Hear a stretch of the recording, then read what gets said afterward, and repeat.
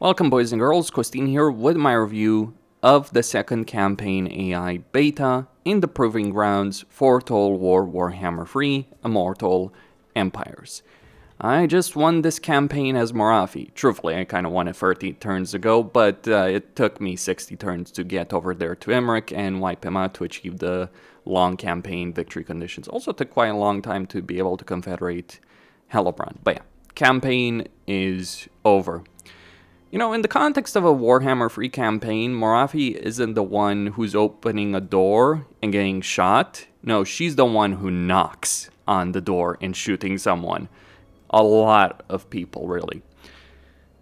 That situation aside, I chose this campaign because, one, Dark Elves have a good amount of diplomatic potential, and two, Dark Elves are freaking ridiculous on the campaign map. So I wanted to see how things would go in that kind of context. Now, some people will argue, well, it's just turn 65, you're not playing a 200 turn campaign. Let me give you a point. Per Creative Assembly, the average campaign that people play in Warhammer 3 is around 80 turns or so. That is the average number. That's the point that people end their campaigns. Now, that doesn't mean their campaigns are won or lost at that stage. It just means that's the average that people engage in. Most likely that people finish their campaigns earlier than that, or they're not finishing the campaigns, they're just trying to achieve the victory conditions by that stage. So from my perspective, the early game is anywhere between turn 1 to 30, 25 or so. The mid game 25 to around 50, and the late game is anything beyond turn 50. That's my perspective. Truth be told, I've been massing tier 5 units for quite a while in this campaign, really, and I'm at the point where I'm just completely absurd. All the same, Creative Assembly, per their blog and per quote-unquote patch notes, they had several things that they wanted to do with this campaign AI beta. Now, I talked about some of these things in my first impressions, because some of these things are very relevant in the early game, not so relevant in the late game. Though, the whole point of improving the campaign AI is to improve things in longer campaigns. But in terms of the early game, what's very significant is the faction potential, or the unique category of faction potential that affects the electric counts, Prague, several other minor factions. Now, from what I've seen, that does seem to be happening. The electric counts are more durable, though keep in mind, while this isn't a modded campaign for the Dark Elves, and mostly I'm just using quality of life mods like Toggle Fog of War, especially to check up what people are doing, I am using an Empire mod called Sigmar's Heirs over here, even though I'm not playing the Empire. But all the same, I've played with that mod before. I know exactly what happens to electric counts without this beta, and it's a good contrast. So the electric counts seem more durable, though of course by this stage, you know, Karl Franz and Elspeth have control over it, almost all of them. The only one who's still standing is Averland. Everyone else either got wiped out or confederated. So, from that point of view, you're not going to see that impact in a long campaign, but it certainly is an impact in a shorter campaign. That is important. Now, another thing that Creative Assembly did mention is they want to prevent the AI making bad decisions like suiciding its armies against the player or against each other, which would happen quite a bit previously. Does that still happen? From my experience in 3 different campaigns, Karl Franz, Gelt, and this one with Morathi, not quite. The AI behavior, the decision making, is mostly better. I emphasize the mostly aspect better. So their intent was to improve that kind of AI behavior with regards to how it's using its armies, being able to use its armies across vaster amounts of territory, and also being able to make better decisions in terms of threat assessment. Now, in terms of assessing threats, I do see the AI making better decisions. Virtually every battle that I fought in this campaign when the AI was attacking me, be it in settlements or on a field, I was met with fairly substantial forces, which is kind of what you expect on Legendary. compared to previously, where, yeah, you would sometimes be met by substantial forces, but you'd also be met by, like, just armies that would clearly suicide themselves against you. The AI is better at massing its forces, several stacks together, and getting those forces to work together against a threat. So if you're looking at this campaign map, you can see that there's quite a few armies over here stacked up together, close enough to each other. But I do emphasize the mostly aspect because there's still problems. Specifically, even when an AI faction is at war with another faction, there's still situations, plenty of them, where they will not attack a settlement, even though they're at war with a faction. So over here, for instance, Be'lakor and his Norscan vassals attacked Eilhart, Marienburg took them out, and Karl Franz did nothing. And you can see the number of forces Karl Franz does have. He has 4 armies over here, 5 armies.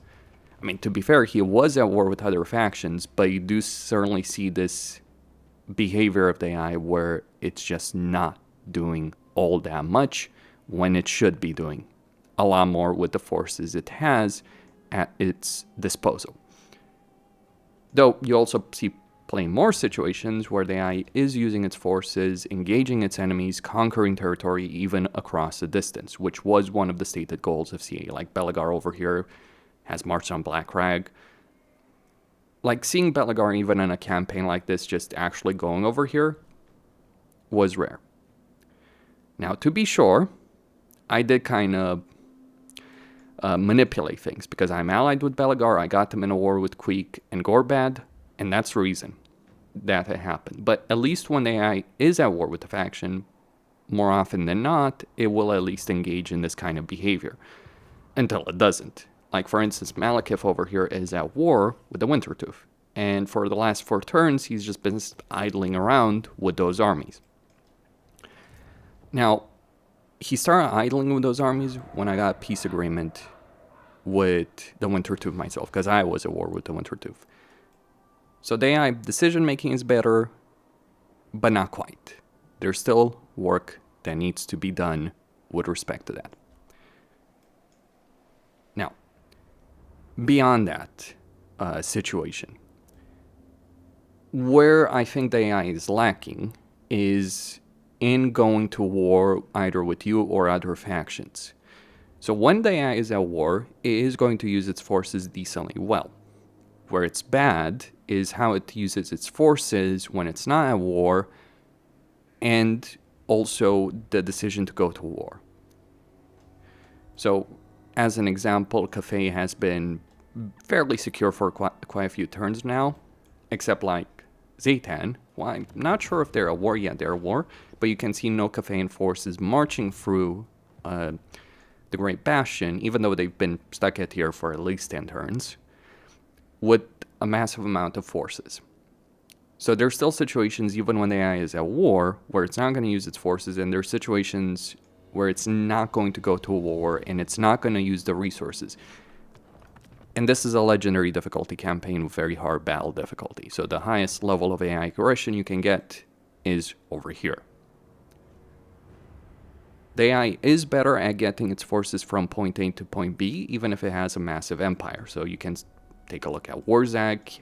A lot of his forces are around here. Sure, he has a couple of forces, 2 stacks right here, but he did conquer Forik. Well, he and Skarbrand conquer Forik. He's not at war with Kairos, or he recently started a war with Kairos, I suppose. But a lot of his forces have been engaging north. So it does feel better in quite a few ways in terms of how the AI is going to use its forces, but deciding whether or not it's going to go to war, that's still a very questionable situation. If you are engaging in an offensive war against AI, it is typically going to perform better than it did before.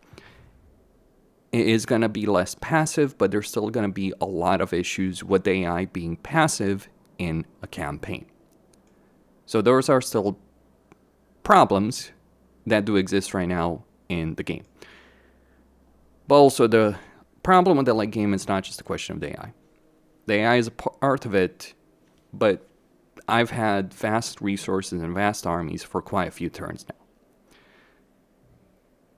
would I say that this AI improvement has made the late game better for me, more interesting, or has it remained the same? Well, it's better from the perspective of the AI actually challenging you when you're attacking it. It's better in terms of the AI handling bigger empires. But there's still no sense of like strategic thinking on the AI's part. Like, Cafe, dealing with the situation in Cafe, for instance, and then expanding beyond that. Like, they'll deal with the situation in Cafe, and then they'll just stop. And that's a problem. Or the Empire dealing with many of the situations in the Empire, then just kind of stopping. Or Malekith derping out when he's on the cusp of victory against Norsca, having no reason why he shouldn't conquer Norsca. I'm pretty sure if I had still been at war with the Wintertooth, he would have done so. But there's still those kind of issues.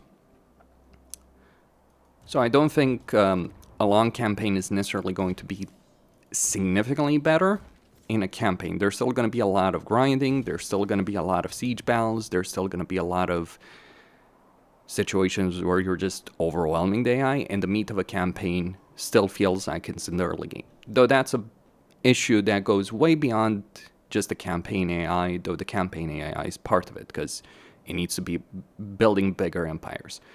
So from an AI perspective, what I would say is they need to have strategic goals, long-term strategic goals, not just short-terms, not just reactive to threat levels or anything like that. They should be like, okay, which section of the map do I want to conquer? And once I conquer it, what do I do else? Like, it feels AI is thinking very short-term, and once they no longer have a short-term objective, they just kind of fall apart. So I think that's what Creative Assembly could do from that perspective. But I do think that there's other affairs they could do to make the long-term campaign better. Maybe coalitions of the AI banding together against you as a player, something along those lines. That would be my perspective, but just an idea out there, right? The endgame of Warhammer 3 is not in a great state. The endgame Crisis is not good. So I think Creative Assembly needs to do something that's better from that point of view. But this is from purely an AI perspective, this is better, but there's still work to be done, improvements to be done, especially in terms of long-term strategic plans. That would be my perspective. Costin here, signing out. Don't forget to subscribe, like, and enable notifications.